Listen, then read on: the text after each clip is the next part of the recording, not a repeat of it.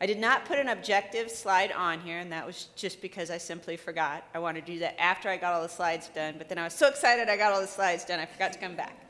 The objective I wanted to leave you all with, especially I know that the majority of you in here are working in infection prevention, and it's a very high-level conference. And so I wanted to send you off with some very practical, operational elements of what you can take home and do in your facilities. And so we'll do a lot of case studies in this presentation, so hopefully you feel like you have some tangible stuff from the conference today. And so the title of the presentation was elected for me by my new friend Jenna Preisker, our pharmacist here at ICAP. They really wanted a presentation on the intersection of infection prevention and stewardship. And I think this is a really important topic because stewardship has kind of landed with us in infection prevention, and we could be sad about that, but what I could tell you is I have been in over 100 facilities and I've been part of so many assessments. I can tell you, the infection preventionists in the room, you are the ones who are most equipped to do this the right way. And the reason is you're exactly the right kind of stratosphere at your facilities, that you're close enough to the residents that you can see what's happening on a day-to-day basis, but you're far enough away that you can see trends. And so I really don't think that there's anybody better in your facilities to do the work. Your consultant pharmacists, your providers at your facility, you can't do it without them, but there's a reason you all have been chosen to quarterback the program. And it's not just because the regulatory agencies told us so. And so it's really important that the intrinsic relationship between infection prevention and antimicrobial stewardship is wholly recognized here, right? You all maintain those key data elements of what drug-resistant organisms, what infections are happening in your facility, so when the antibiotics are being used, right? And so it really is a place that these things intersect, and that's why you all are so well-suited to do the work. So this is a slide that I presented at the very first summit in 2017 or 2018 when we did it, and we were meant to be talking about how infection prevention can apply to the stewardship prevention, or the stewardship program. And so this slide is what I will consider the traditional role of infection prevention, right? We're surveying for infections, we're tracking and reporting them, but we're also having a rapid response to the transmission events, right? And trying to prevent those from happening. So in that whole thing, we're doing exactly what Dr. Simchek was talking about today, of that identification, the communication, and it's a constant containment process. So what I'm going to do today is kind of lay over the stewardship element so it doesn't feel like it's two jobs, it's part of what you're doing, right? Because I feel like when I look at a lot of you, you're like, I don't know if I can do this too. But what I want you to feel like when you leave this presentation is it's simply part of what you're already doing and how I can get you to the point that you feel like that. And so it's the same process, right? You're doing your surveillance, you're collecting data, you're tracking, and you have a rapid response not only to those infections, but to the antibiotic use. And so this is also the black font on these little, this is the surveillance kind of infection prevention process from 100,000 feet. And what I added here in the red font is where you can lay in those stewardship elements, right? So your intake procedures are really important, right? I've heard from great nurses talking about when they get those referrals from the hospital of people coming into the facility, not just the fact that the nurse is talking to somebody on the phone, but we're reviewing records. We're looking at the history of infections, the current infections. With that, are there also current antibiotic courses? It's just kind of laying one more question on top of something that you're already doing. As part of your infection prevention program, you should all have a plan of what you're meant to be looking at for infection prevention. None of us can boil the ocean, right? The whole idea is that we do our risk assessment and we try to work the hardest and prioritize the things that are highest risk in our facility that we think we can do something about. With that, we need our consultant pharmacists, our providers to come behind us and help us identify what stewardship things are we going to do. I can't do all 7 SBAR forms. And I just made that number up. I don't know if there are 7 SBAR forms. But I can't do them all. I can't implement them all at once. That's not reasonable. But we might be able to put 2 of those in place. So what are the 2 most important? So it's just important as you're putting that plan together, we just lay over some of those stewardship principles at the same time. And we agree as a group what we're going to work on. That IP can quarterback the process. We just need some help in identifying what couple things we're going to do. And then the notification of the IPC, the Infection Prevention Program or Infection Prevention and Control Program. So what I've told people over the last 8 years that I've been here at ICAP, if your system of identifying infections or identifying organisms, new cultures, is that you review every paper chart for infections, if that's your system, it's bound to fail. There's simply not a way that one person can do that and react in a timely way to infections. For the same reason, we need that infection prevention coordinator to have access to electronic culture results, electronic antibiotic orders, things like that. We need information kind of routing to the IP. Even in systems where you don't have an electronic health record, if you have a fax machine where you're getting culture results, where you're faxing out SBAR forms, can that fax machine simply duplicate to another fax machine in the administrative office where the IP is seeing that? I've been doing this since 2005. I've done the old DOS culture review process. It's terrible, but we can make it work. The idea is we have to shunt information to the infection preventionist for them to be able to do something reasonable with it. And finally, alerts to the front line. In the traditional infection prevention program, as I get information about infection prevention, a new C. diff test result, et cetera, I need to get that information back to the front line. I need to get an isolation sign on the door. I need to be talking to providers. I need to be talking to nurses and the environmental services team, right? I'm getting the front line aware of what's going on. We kind of reverse this a little bit with stewardship, right? Same idea. The front line on this is the infection prevention coordinator. They're quarterbacking the process. So we got to make sure they're aware of those antibiotic orders when they're coming in or changes in resident condition. Maybe that means going to the morning huddle. Maybe that means, again, they're seeing that SBAR process when it happens. Or the great nurses from CHI who did the presentation, maybe there's a process where we're letting them know simply when we're doing a diagnostic test, just so we have some situational awareness. Again, that's where you have a plan for what you're doing. It's not reasonable for you to do it all. It's simply not reasonable for you to do it all. I said it twice because I want you to know that. But pick the things that matter, and let's try to get that information. This is a very boring slide. This is from the Federal Register. It talks about what should be in place for a stewardship program, but since these slides are available on the World Wide Web, I wanted to make sure I included it. I think a really important piece of this, and I don't know if it hits you the way it hits me, this is a really important moment and step forward in infection prevention when the CDC COVID guidance calls out specifically that if there's 100 beds at your facility, that's 1 full-time IP. We didn't used to have that. So that's a really important thing. If you're not there now, that's something we've got to work towards. You have to have concerted time to do infection prevention and stewardship properly. If you're doing this 1 day a week, even if you have 50 residents in your facility, that's probably not enough.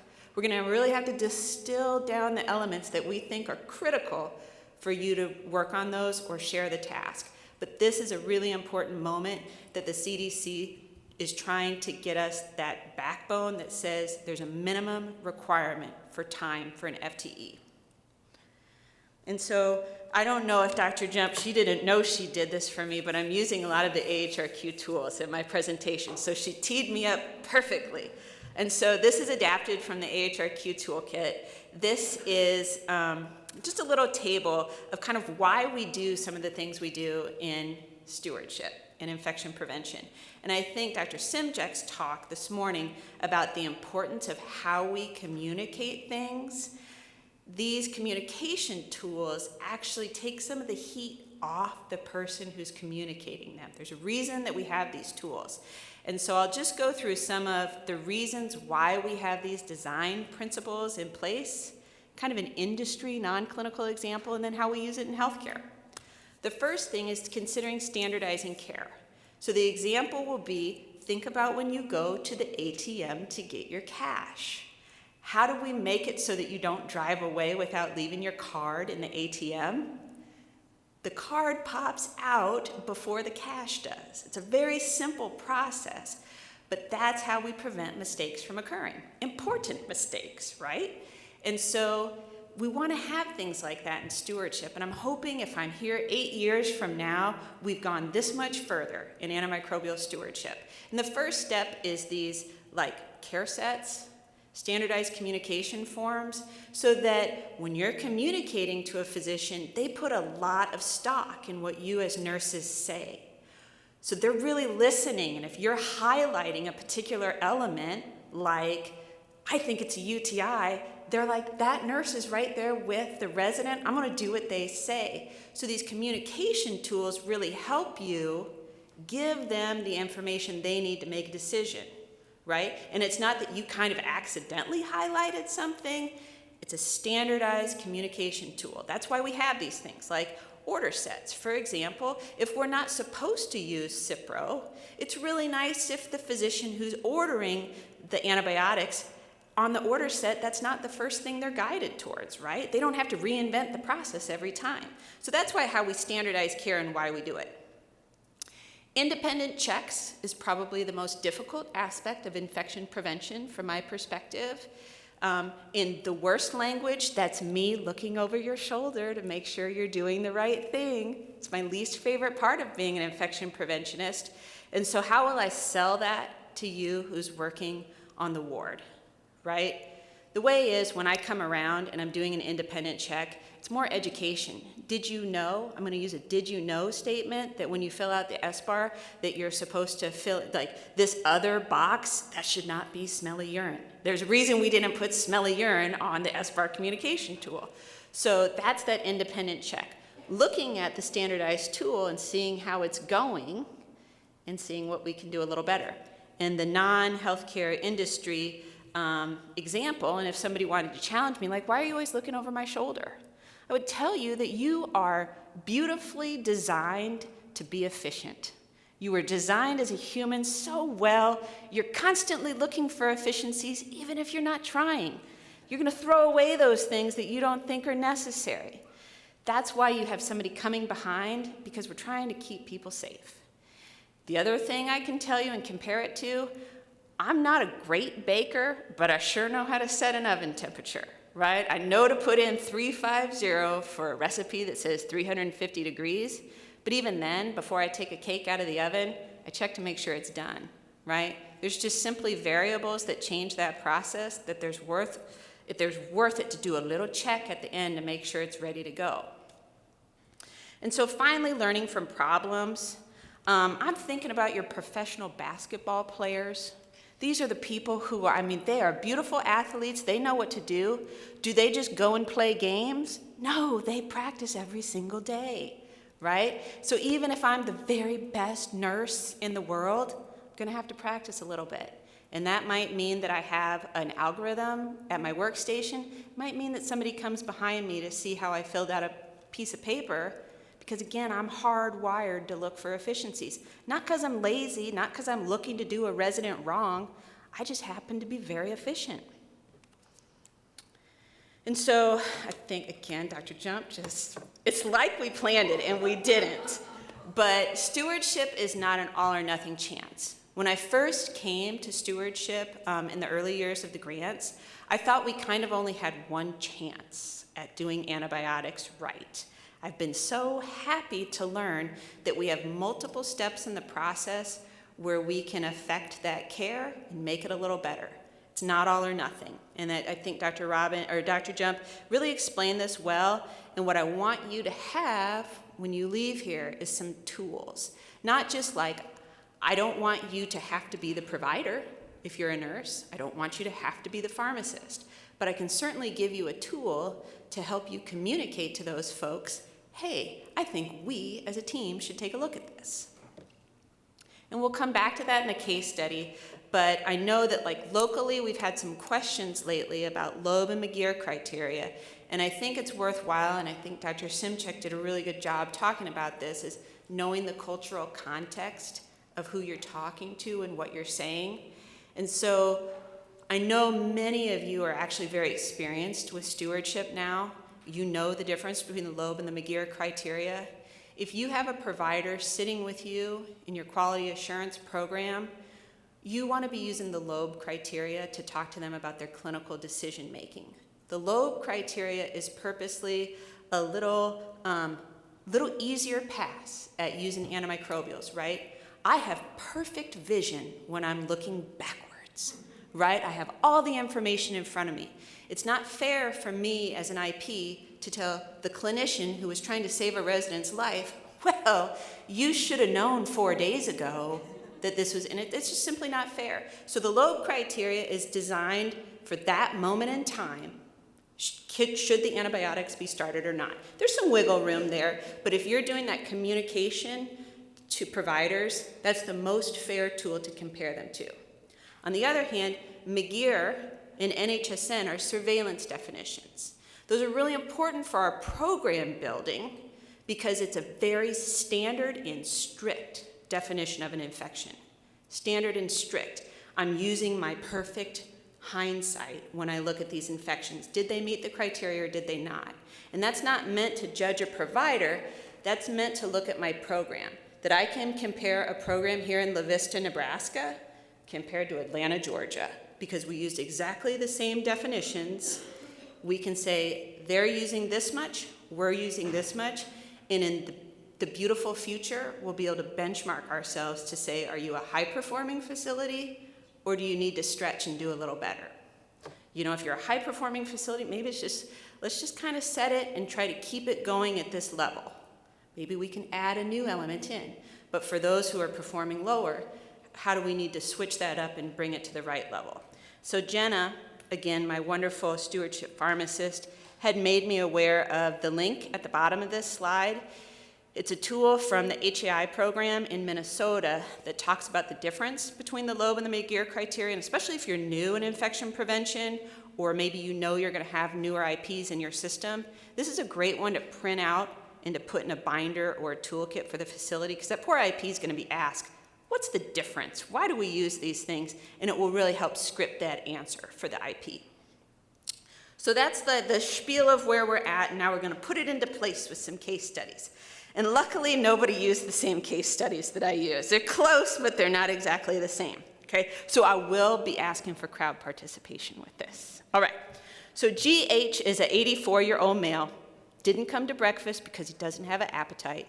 He has a temperature at 38, new onset of cough this morning, small amounts of white mucus, respiratory rate's a little fast. He has a history of stage 2 congestive heart failure. The provider ordered a chest x-ray. That's coming this afternoon, looking at pneumonia. We have a COVID antigen test here in the building. We did that. It's negative. Is it reasonable to initiate antibiotic therapy at this point? Give me a show of hands for no. Okay, I've got some people who say no. Okay, very good. Are there any infection prevention? This is an intersection talk. From an infection prevention perspective, is there anything you're thinking about? Maybe a little isolation until we know more about that COVID, maybe? Maybe a light red zone? So yes, the Loeb criteria is actually met on this resident because of the fever, because of the increased respiratory rate, and because of the productive cough. I think I'm saying that right. It is met. So the provider, if they started antibiotics, they'd get the check mark, okay? So after 2 days of antibiotics, GH has not improved. The chest x-ray did not show pneumonia or new infiltrates. The COVID PCR was negative. Because of the symptoms, we went ahead and sent that for PCR because you were talking to Dr. Ostroff about it. So we were able to discontinue isolation. The nurse noticed that his shortness of breath is worse at night. She also noticed that he has increased swelling in his lower extremities. So the nurse decides, I think we need to do an update. I probably need to call the provider. So this is an awesome chance to use the antibiotic timeout form, and that's what I have featured here. I believe AHRQ has a version of this. Nebraska ASAP has an example of this. I had them at the ASAP table today if it's something you're interested in. I'm going to feature the antibiotic timeout a couple times today because I feel like we're getting there in Nebraska. We've already done the SBAR for UTI, so I feel like timeout's where it's at. So she's going to do the timeout form. And so the recommendation is the patient's not improving and we need some further direction. So the provider on that SBAR, or the timeout form, there's a new vitals, new assessment, et cetera. The provider says, okay, this is probably the congestive heart failure. Ordered an increased dose of Lasix.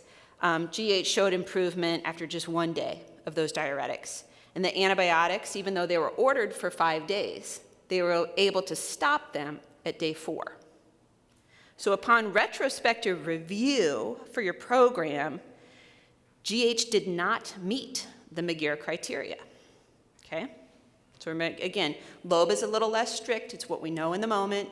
McGear is that super strict definition.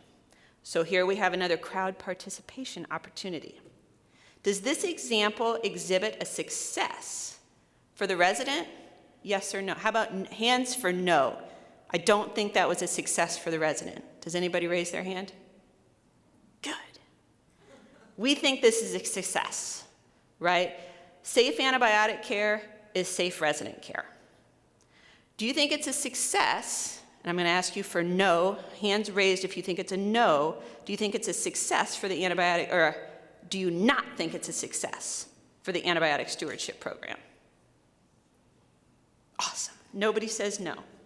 Let's talk about how would you track it as a success for the stewardship program. So what I have featured here is the Excel antibiotic start log that we use on the ASAP website. This is something you can adapt for your own purposes. You could make different columns. But let's talk about what went well. And I didn't do this all myself. Again, Jenna really helped me with this. So acknowledging the wins, and as I talk through them, we'll kind of talk about how might you count that in your program so you're counting some of these great steps forward. So the RN correctly did a timeout to reassess the resident because he was not improving even though he had antibiotics on board. That's a success, right? So you could count simply the number of antibiotic timeouts that you did in a month, you know, like number of antibiotic starts compared to number of antibiotic timeouts. The timeout led to a proper diagnosis, so the resident got the proper treatment. That's a success. How would we count it? I think we would count it more in number 3. The diagnosis recognition probably saved this resident a trip to the ER, probably saved an admission to the hospital, right? And so this may be something that you're already counting at your facility in your readmissions or transfers to acute care. So with your metrics for stewardship, what does that admissions and transfers look like? In a successful program, we'll hopefully see that number kind of come down. It saved 1 day of antibiotic therapy, which does add up, but I have more information on that on the next slide. Potentially avoided an antibiotic adverse drug event simply for a shorter course of antibiotics. So all wins. So I asked my dear friend Jenna, I said, come on, Jenna, let's talk turkey. Does 1 day of antibiotic therapy really matter? Is the juice worth the squeeze? And this was a great conversation. I'm lucky that I get to call up my pharmacist, just like you all can call up my pharmacist, Jenna, too. She says, actually, a really nice study came out in 2022 that attempted to quantify what is the effect of 1 more day of therapy according to adverse drug events. And so I'm seeing all of the inner cringes from the nurses in the room who don't like to look at literature. It makes some of us feel queasy. Made me feel a little queasy. I had my friends back at the ship help me with this a little bit. So this study, Jennifer Curran is the main author, but Dr. Langford, who you heard this morning, was also one of the authors on this paper. This is a meta-analysis. We like meta-analysis because they combine many studies. And so you can imagine one study, we could see some accidental results. We could over-feature what we think is maybe a true cause, or maybe it's just a coincidence. But in a meta-analysis, you really have bigger numbers and more power to detect small numbers. So if you wanted to share this with your providers, which I kind of recommend you do, you could say, I feel kind of good about sharing this because it's a meta-analysis. And this particular meta-analysis included 71 studies, randomized controlled trials, and it did 35 separate systematic analysis from those 71 studies. So this is a strong meta-analysis. And so you all see the conclusion, the each additional day conclusion on the slide, but what I'll call your attention to is the odds ratio, which is the far right column. I know it's super tiny, I'll read it to you. But the odds ratio, when you look at an odds ratio and you're talking about exposure to an event and an adverse reaction, once your number goes past 1, the farther you get away from 1, the more likely that that exposure could be considered causal to your event, your adverse drug event in this case. And so in that adverse odds ratio column, some things I'll call out to you, the numbers that speak to me. In this study, they found a 4% likelihood each additional day for a severe adverse event. If we look at the dermatological adverse drug events, it's 13% per day. So you think your rashes, your itching, etc., 13% per day is what they estimate from this big meta-analysis. And towards the bottom, candidiasis or a yeast infection, very bothersome to a resident, that's about a 5% increase per day. And your C. diff infection, the risk goes, like 4% per day. More so for your fluoroquinolones, but you can see 1 day really does matter, especially if a single day. If you have a person who, like, the appropriate course of therapy is more like 5 days and the physician orders 14, then you're way underwater on the likelihood for those adverse drug events. So we'll do another resident case example. KB, an 85-year-old nursing home resident, he developed lethargy, leg swelling, increased oxygen requirement, and a non-productive cough. He transferred out acutely for evaluation, and in the emergency room, they see EKG changes, thinking that he had a recent heart attack. His bilateral lower legs are red, painful, and swollen, and he has significant fluid weeping from his legs. He's admitted to the hospital. He started on IV vancomycin for lower extremity cellulitis. I feel like I'm getting a cringe from Dr. Jump right now, because she just talked about this. After 3 days at the hospital, he's transferred back to the nursing home. His heart medications are adjusted, but they discharge him with a 14-day course of Augmentin for the cellulitis. At the time of transfer, he's coming into you at your nursing home. He's written for that 14-day course of oral antibiotics, but he's already received 3 days at the hospital. His legs are still, they're improving a little bit, but not better. They're not weeping, but they're still swollen. They're still discolored, and no adjustment to the antibiotic is made. 10 days later, KB reports itching to the point that he cannot sleep. So the nurse takes a look at him and sees that he has a rash all over his chest, trunk, upper arms, and thighs. When the nurse contacts the provider, they rightly suspect that he's having an allergic reaction, and so they ask for some additional lab reports. They find out that his white blood cells are actually normal at 7,200. The eosinophil count is a special thing that we're looking at just because of the allergic reaction, and that's high. And his creatinine is much higher than his baseline. So where do we start with a problem statement? That's where I said, I'm not even sure where to start. And I actually asked, again, Jenna for some help with this, and she said, go back to your 4 moments. We had a lot of opportunities in this case on this resident. Where could we have done a little better? So moment 1, we understand that didn't occur at the long-term care facility, right? That's out of your realm. Phew, wasn't me. And so, but it would be an opportunity at the time that the resident came into the facility to do an antibiotic timeout, right? Just like that intake procedure I was telling you about before, we're looking at infectious conditions, new antibiotic courses. We know this guy. Is this the right course? It's a perfect opportunity to do that antibiotic timeout. And she added a little information here. Dr. Jump, she gave us the Easter egg during her presentation that true cellulitis is super rare in both legs at the same time.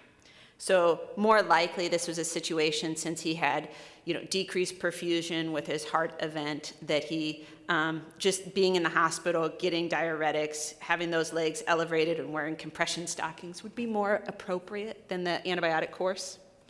So moment 2 would be doing cultures in empiric therapy. This would be an opportunity to use your skin and soft tissue infection SBAR tool. Again, I don't want you all, the nurses in the room, the IPs, to feel like, I'm not a doctor, I'm not a pharmacist. But what you are, the person, is you see that resident coming in, I see there's new antibiotics on board, it's worth asking the question. That's all I'm asking. It's worth asking the question, we pull the tool, and we fill it out. From there, we would have gotten a cue. There's nothing to culture. At his worst, he had, serous drainage, nothing purulent. So moment 3 would be the duration of prescription at discharge. And again, I'm hearing the nurses be like, Kate, I'm not a pharmacist. However, this would be a great time to consult with your provider, to consult with your consultant pharmacist, or we do have a recommended duration of therapy for common infectious syndromes on the ASAP website. You can download that. It's something you could throw in your binder if you want, or it's just one of those things that it's worth doing that time out so we can evaluate if that feels right. And so moment 4 is simply kind of like reiterating the opportunity to evaluate. If antibiotics were stopped earlier at the facility, such as at the time of intake, we might have saved this guy from the creatinine increase and the rash development. So in addition, this is important, antibiotics can be associated with adverse drug events, right? They're not totally benign drugs. And when that happens, that's an awesome opportunity for the IPs to work with their consultant pharmacist. The consultant pharmacist that you're working with will have a program to help you track these adverse drug events. That can become a metric for your stewardship program, okay? We do have a tool. I brought it with me to the ASAP table today if you want to have that. But again, I feel like that's a nice opportunity for you to talk to your consultant pharmacist. And since we're on the topic of consultant pharmacists, I wanted to throw in a slide here. This talk that I'm doing right now, I'm an infection preventionist, so I'm really targeting infection preventionists. But there's lots of ways that your consultant pharmacist can help you. I've listed those here. In addition, we are starting a consultant pharmacist training program next month in July. Jenna Preisker will lead that. It'll be over many months. It's an eco-style program. For any of you who worked with community pharmacy, who went through the original long-term care consultant pharmacy training, it's very similar to that program. We're trying to redo that program, but make it open to any consultant pharmacist in Nebraska. So if you have consultant pharmacists, we really encourage you to pull that form, give me a call. Let's get those people involved. Because again, this can't be all the infection preventionist. I get that. This is a way that you can get somebody trained to really help back you up. So the final case, and I promised myself, I really tried not to have a UTI example. I heard you last year when you guys said, we are tired of that, Kate, but then I just heard a presentation lately about treatment of asymptomatic bacteriuria in the ER, and I was like, oh, I want to be able to talk to these guys about that. So this is kind of an ER example, not just a UTI example. So this is our final case, MM. She lives in memory support, and she fell overnight. She got hit. She got a laceration on her face. She's reporting pain in her side, maybe on her hip. She's transferred acutely to the ER. She spends the day at the ER, and of course, no fracture. They stitch her up, no concussion, thank goodness, but they include a UA. And we're not going to get away from that. I was talking to the people in the ER about this just lately. The UA is used for lots of things. We can't get away from somebody in an urgent track. We can't get away from them doing the UA necessarily. But we can do a timeout when they come back to the facility. So she's admitted back to the hospital. Of course, the UA they did, because it's probably a terrible sample. It's positive for leukocyte esterase. They discharge her with 7 days of Cipro. And so the IP says, nope, we're going to do the timeout form. And so in this case, I filled out the timeout form and kind of reproduced it on this slide. Of course, you would put her regular name. And in filling this out, like, I kind of learned some things about the process. So with this, in the symptoms and positive exam findings, I think Dr. Jump was just talking about this. This is an awesome time for you to say what you don't think is going on. And this is where you would tell that usual provider, this person just went out to the ER for a fall. There are no symptoms of UTI. We're calling you up right now. We have great vitals at this moment. We need you to weigh in on this, okay? She has no signs and symptoms of infection. The UA, we don't even have a result yet, but let's talk about this before we get it. So we fax that off to the provider, and because we live in perfect world, and my slide said, the physician says, I've reviewed the orders and go ahead and just stop the Cipro. So this is my conclusion. Think about where we are now compared to where we were 7 or 8 years ago. I think we have some great tools in place. This is becoming a little more second nature to us. I think as we go forward, we need to build things into our processes that make this a rote skill. And when you think about that, think about when you use your emergency brake on a hill, on a newer car. Can you drive your car forward if your emergency brake is on? No. Or if you want to get out of your car and the keys are still in the ignition, you get a bell. We need to build stewardship in such a way that we get more alerts in real time. I've heard that, the electronic health records in acute care are far, far more forward than we are in long-term care. But I think in the next couple years, we'll see a lot of progress with that. But I think you all need to be asking for the things that you need and really asking your administration to invest in that. So I hope you leave here with some tools that make this feel possible.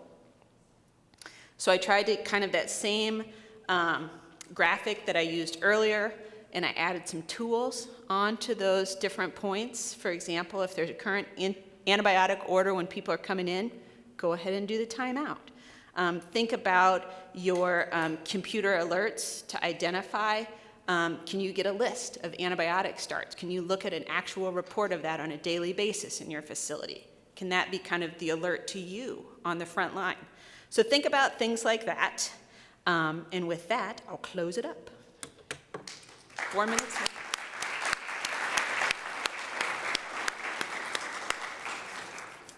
Any questions, or are you just all itching to go home? Oh, Dr. Jump, yes. So I think that's a great question. For me, as an infection preventionist, if a provider was at me like that, I might say, if you're going to treat, I need you to fill out the form. I need to think like you're thinking. So help me understand where you're coming from with that SBAR form. Give me the information like you see it. And I think Dr. Simchek had a great example that way. Like, I think I know what you're talking, but tell me what you're thinking. Tell me more about that. And I guess if somebody, I would have to have that duration of antibiotic for common infectious syndromes. And if I have that in front of me and I know our ASAP form is very well cited, I might put that in front of her and say, if this is the evidence-based recommendation, I'm a nurse, tell me why you want to do it differently. Because all I know is this is what it, so you tell me what's different in this case. And then I think you could document that. Your medical director at your facility, I think, could adjudicate that, or maybe your consultant pharmacist, but then you're just the spoke in the wheel. You're getting the information from that provider and you're passing it back to your team. You're not a one-man band. I think then you kind of say, how will we interact with this nurse practitioner?